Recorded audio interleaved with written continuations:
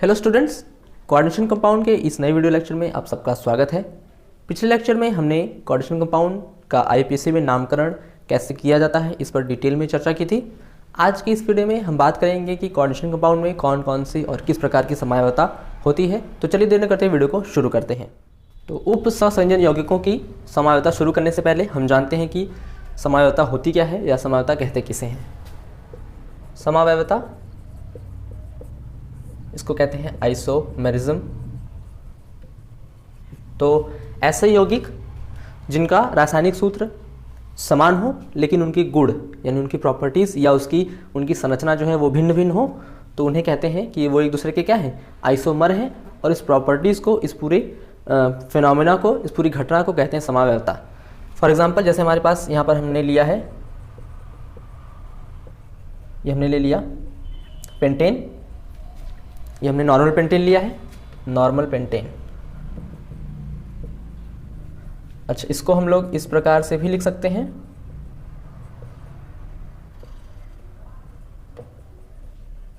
इसमें देखिए यहाँ पर इस यौगिक में C1 2 3 4 5 5 कार्बन है और हाइड्रोजन 3 3 6 6 12 हाइड्रोजन है। इस वाले यौगिक में देखें तो यहाँ पर 1 2 3 4 5 कार्बन और हाइड्रोजन 3 3 6 3 9 1 10 2 12 हाइड्रोजन। और एक और इसकी संरचना बन सकती है,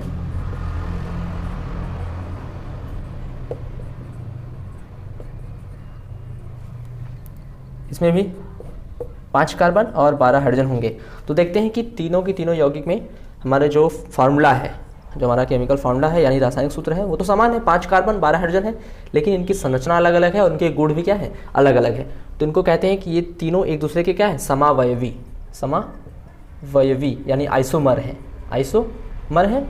और इस पूरे फिनोमेना, इस पूरी घटना को कहते हैं समावयवता। तो अब हमको जानना है कि कोऑर्डिनेशन कंपाउंड यानी उप सहसंयोजन यौगिकों में कौन कौन सी या किस प्रकार की समयावता होती है। तो कोऑर्डिनेशन कंपाउंड में 2 प्रकार की समयावता होती है, 2 प्रकार की समयावता होती है। फर्स्ट होती है स्ट्रक्चरल आइसोमेरिज्म, हम सिर्फ स्ट्रक्चरल लिख रहे हैं यानी संरचना समयावता। और दूसरी होती है, इसको कहते हैं स्टीरियो आइसोमेरिज्म या फिर त्रिविम समावयवता। ठीक है, अब ये स्ट्रक्चरल जो होती है समयावता, ये 5 प्रकार की होती है। पहली होती है हाइड्रेट समावयवता, इसको हम लोग डिटेल में स्टडी करेंगे। पहले जान लेते हैं कि कितने प्रकार का होता है। दूसरा होता है आयोनाइजेशन यानी आयनन समावयवता। तीसरा हमारा होता है कोऑर्डिनेशन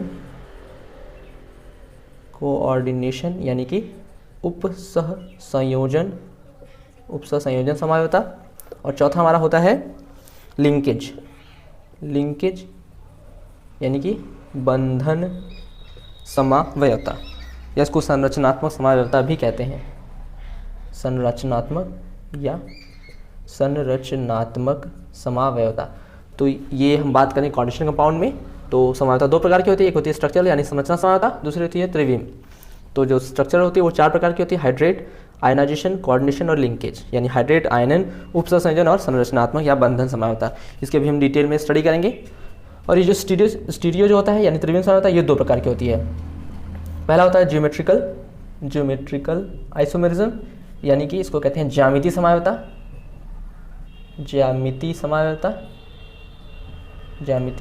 समयावता।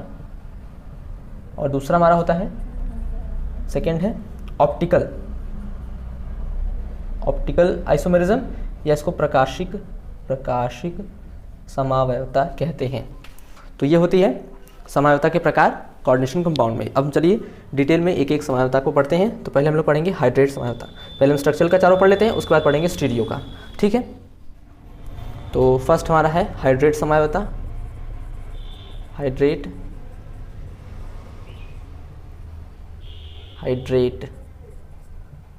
आइसोमेरिज्म या हाइड्रेट समयावता। अब इसका हम एग्जांपल लेकर के समझते हैं कि हाइड्रेट समयावता होता क्या है। हमारे पास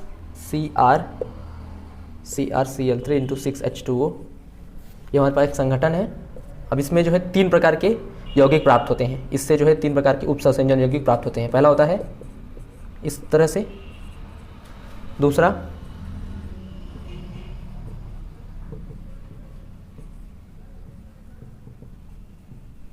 और तीसरा हमारा होता है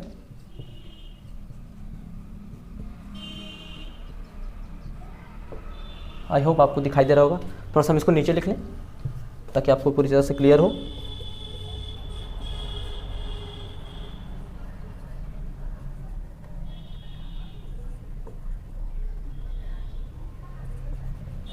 तो देखते हैं कि तीनों के तीनों यौगिक में जो हमारा पहला है ए, दूसरा बी और तीसरा सी। तो थोड़ा सा डिस्टर्बेंस आ गया था इसलिए वीडियो को पॉज करना पड़ा था। तो हम पढ़ रहे थे कि इस तीनों के तीनों यौगिक में हम देख रहे हैं कि तीनों के तीनों यौगिक में हमारी जो फार्मूला है, केमिकल फार्मूला, वो सभी सेम है। लेकिन जब बात करें इनके स्ट्रक्चर की या इनके गुण की तो वो अलग अलग होता है। देखते हैं कि ये जो हमारा पहला यौगिक है इसका जो कलर होता है वो बैगनी होता है। ये जो यौगिक प्राप्त होता है, ये जो हमारा उपसंयोजन यौगिक है, इसका कलर होता है बैगनी। और ये हमारा जो होता है ये हरे रंग का होता है। ये यौगिक हरे रंग का होता है और ये भी यौगिक हरे रंग का होता है। अच्छा, इस यौगिक का जब विलयन बनाते हैं तो देखते हैं कि इसमें कितना, इसमें हम विलयन बनाएंगे तो ये टूटेगा 3Cl- में, यानी 3 Cl- आयन मिलते हैं। और इसका जब यौगिक बनाते हैं तो यहाँ पर 2 Cl- आयन मिलते हैं। और जब इसका जो है विलयन बनाते हैं और इसका जब विलयन बनाते हैं तो यहाँ पर 1 Cl- आयन मिलता है। तो इस प्रकार की समवायता को हम लोग कहते हैं हाइड्रेट समवायता। और इन तीनों के तीनों यौगिकों को कहेंगे कि ये हाइड्रेट समावयवी है।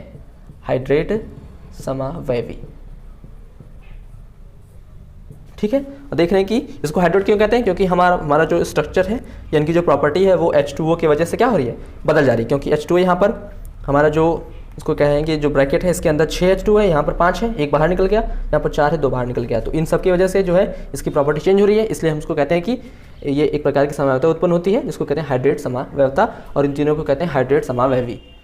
सेकेंड हमारा है आयोनाइजेशन आइसोमेरिज्म। आयोनाइजेशन आइसोमेरिज्म, जिसको कहते हैं आयनन समावयवता। आयनन समावयवता, आयनन समावयवता। तो इसको भी एक एग्जांपल से ही समझते हैं। हमारे पास COBr SO4 × 5NH3 ये हमारा संघटन है। अब इससे हमको 2 प्रकार के यौगिक प्राप्त होते हैं, COBr और NH3 का 5SO4, और एक और यौगिक प्राप्त होता है COSO4 Br। तो दोनों के दोनों यौगिक में हम देख रहे हैं जब इनका जो है विलयन बनाया जाता है तो दोनों यौगिक में जो हमारा आयन जो मिलता है हमको, यहाँ पर इसको तोड़ते हैं तो एक हमारा संकर आयन मिलेगा, दूसरा मिलेगा सल्फेट आयन। यहाँ से क्या मिलेगा हमको, सल्फेट आयन मिलेगा। और जब इसका जो इसका विलयन बनाते हैं तो यहाँ पर देखते हैं एक हमारा संकर आयन मिलेगा, दूसरा हमको मिलेगा Br- आयन यानी ब्रोमाइड आयन। तो ऐसी समवायता जिसमें हमारा जो आयन हो क्या हो, इसका विलयन बनाने पर आयन अलग अलग प्राप्त हो। देख रहे हैं कि दोनों के दोनों यौगिकों में जो हमारा फॉर्मूला है वो सेम ही है। CO कोबाल्ट यहाँ पर, इसमें भी कोबाल्ट, ब्रोमीन यहाँ पर भी है, SO4 यहाँ पर और SO4 यहाँ पर, 5NH3 यहाँ पर भी है। तो दोनों का जो केमिकल फार्मूला तो सेम है, लेकिन इनका जो आयन है, इनको जब विलयन बनाते हैं इनका जो आयन है वो अलग अलग आता है और इन्हीं आयनों की वजह से इनके जो गुण हैं वो भिन्न भिन्न होते हैं। तो इस प्रकार की समवायता को हम लोग कहते हैं आयोनाइजेशन यानी आयनन समवायता। और इन दोनों के जो रंग होते हैं वो भी अलग अलग होते हैं। इसका जो रंग होता है वो लाल बैगनी, मतलब इसका जो विलयन बनाते हैं मतलब ये जो हमारा कंपाउंड है ये लाल बैगनी रंग का होता है। और ये जो यौगिक है ये उपसंयोजन यौगिक ये लाल रंग का होता है, ठीक है। तो इस प्रकार की समवायता कहते हैं आयोनाइजेशन समवायता या आयनन समवायता। और इन दोनों को कहेंगे आयनन समावयवी, आयनन समावयवी, ठीक है। कि ये दोनों जो यौगिक हैं उपसंयोजन यौगिक ये एक दूसरे के आयनन समावयवी हैं। तीसरा है कोऑर्डिनेशन आइसोमेरिज्म। कोऑर्डिनेशन आइसोमेरिज्म यानी कि उपसहसंयोजन समावयवता। तो इसको भी समझने के लिए हम एग्जांपल लेते हैं। फॉर एग्जांपल जैसे हमारे पास CONH3 जो उपसहसंयोजन समावयवता होती है उसमें जो हमारा इसमें 2 प्रकार के संकर आयन होते हैं। से इसको देख लीजिए आप लोग ध्यान से। तो ये एक यौगिक है, इसमें दोनों ही क्या है, धन आयन और ऋण आयन दोनों ही संकर आयन होते हैं। और यहाँ पर जैसे इसी को हम नीचे लिख लें CO सॉरी CR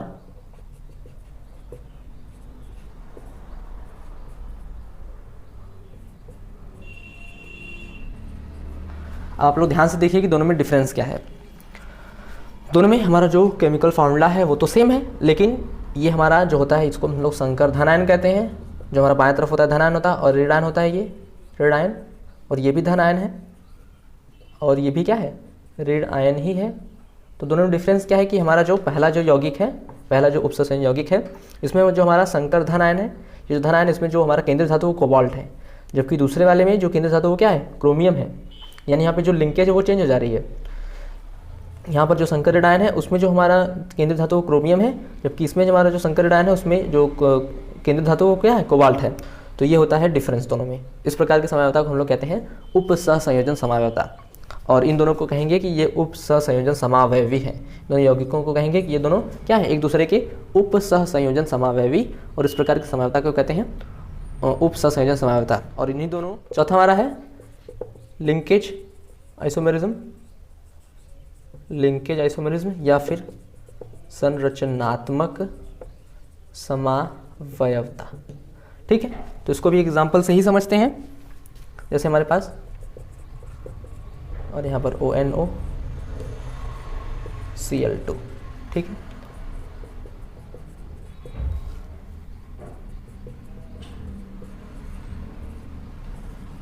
तो यहाँ पे दोनों डिफरेंस क्या है, बस एक ही डिफरेंस है जो कि संरचना का।